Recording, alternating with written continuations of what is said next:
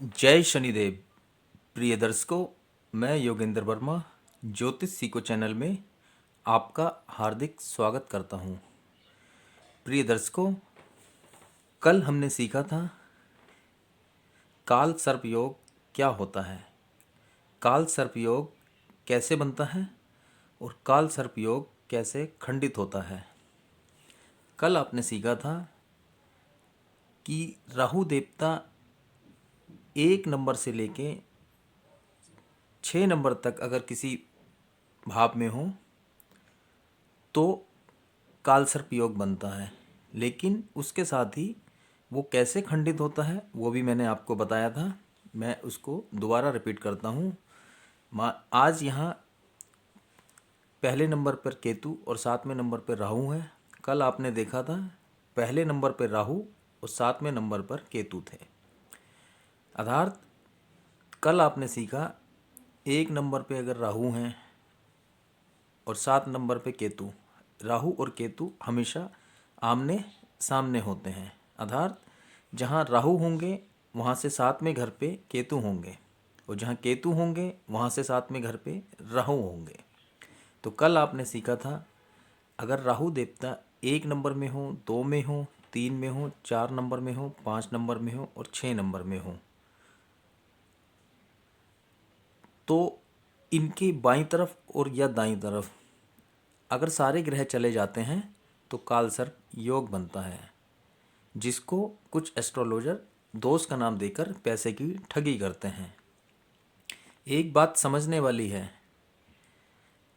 कि कुंडली में राहु और केतु को किसी भी घर में कोई भी स्थान नहीं दिया गया है, किसी भी ग्रह का स्वामित्व नहीं दिया गया है।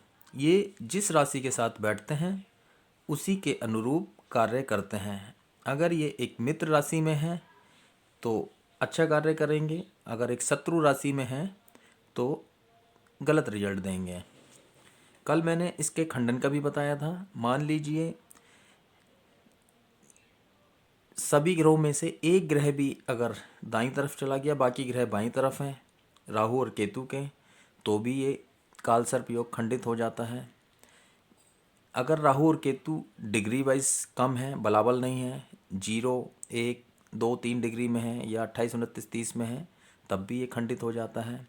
अगर ये किसी मित्र राशि में बैठे हैं और उस राशि का स्वामी किसी अच्छी जगह प्लेसमेंट है तो भी ये दोष खत्म हो जाता है। आज हम बात करते हैं काल मृता योग की। काल मृता योग क्या होता है, इसको बहुत कम एस्ट्रोलॉजर जानते हैं कि काल मृता योग भी कोई एक योग होता है। ये इतना हानिकारक नहीं होता है, फिर भी इस काल मृता योग को भी कुछ एस्ट्रोलॉजर काल सर्प दोष बताकर पैसे की ठगी करते हैं। कल आपने सीखा 1 नंबर से 6 नंबर तक अगर राहु हैं तो काल सर्प दोष होता है। आज देखे 1 नंबर में मैंने केतु लिखा हुआ है और 7 नंबर पे राहु है।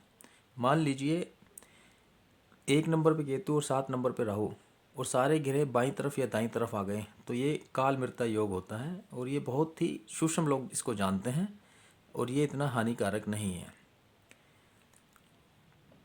मान लीजिए केतु और राहु के बाईं तरफ या दाईं तरफ सारे ग्रह हैं तो काल मृता योग लग गया, लेकिन अगर केतु और राहु की डिग्री 0, 1, 2, 3 या 28, 29, 30 हुई तो ये खंडित हो जाएगा। और केतु अगर मित्र राशि में है तो भी खंडित हो जाएगा। कोई ग्रह सारे ग्रह इस तरफ और एक ग्रह भी इस तरफ चला गया तब भी खंडित है, सारे ग्रह इस तरफ और एक ग्रह इधर चला गया तब भी ये योग नहीं लगेगा। इसको समझने की ज़रूरत है। मान लीजिए केतु के साथ यहाँ सूर्य विराजमान है 1 नंबर में और सूर्य के कारण केतु अस्त अवस्था में चले जाते हैं, तब भी ये दोष नहीं लगेगा। मान लीजिए केतु 2 नंबर में है और राहु देवता 8 नंबर में है। मान लीजिए केतु 3 नंबर में है और राहु देवता 9 नंबर में है। आपने ग्रहों के ऊंच नीच पहले पढ़ चुके हो। आपने देखा है केतु देवता दूसरे और तीसरे घर में नीच के होते हैं। केतु देवता ही क्या, कोई भी ग्रह अगर नीच में हुआ तो कभी भी अच्छे परिणाम नहीं देगा। मान लो बृहस्पति देव, गुरुदेव, मान लो वो भी किसी नीच राशि में बैठे होंगे तो अच्छे ग्रह होते हुए भी वो भी अच्छा रिजल्ट नहीं देते हैं। तो केतु देवता तो वैसे भी पापी ग्रह हैं, क्रूर हैं, तो ये नीच घर में बैठ के कैसे अच्छा रिजल्ट दे सकते हैं। तो हमें इनकी नीचता को समाप्त करने के लिए उपाय करने हैं, ना कि काल सर्प योग या काल मृता योग से डरने की ज़रूरत है। तो ये चीज़ समझना बहुत ज़रूरी है कि ये योग इतना खतरनाक, इतना हानिकारक नहीं है जितना एस्ट्रोलॉजर, ज्योतिष पंडित इसको इतनी लंबी चौड़ी पूजा पाठ करके डराने की कोशिश करते हैं। हमें काल सर्प योग या काल मृता योग तो बहुत कम लोग जानते हैं, लेकिन ये वीडियो देखने के बाद आपको इस योग से भी डराया जाएगा। लेकिन आपको डरने की कोई आवश्यकता नहीं है, ना काल सर्प योग से, ना काल मृता योग से। काल मृता योग हो या काल सर्प योग हो, ये असर तभी करेंगे तब राहु और केतु बलाबल में हैं, डिग्री वाइज अच्छे हैं, और ये तभी अपना प्रभाव छोड़ेंगे जब इनकी दशा अंतर्दशा प्रतन दशा चलेगी।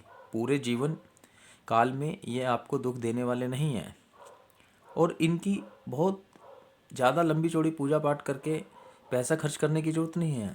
5-10 रुपए की छोटी मोटी रेमेडीज़ से भी इनको शांत किया जा सकता है।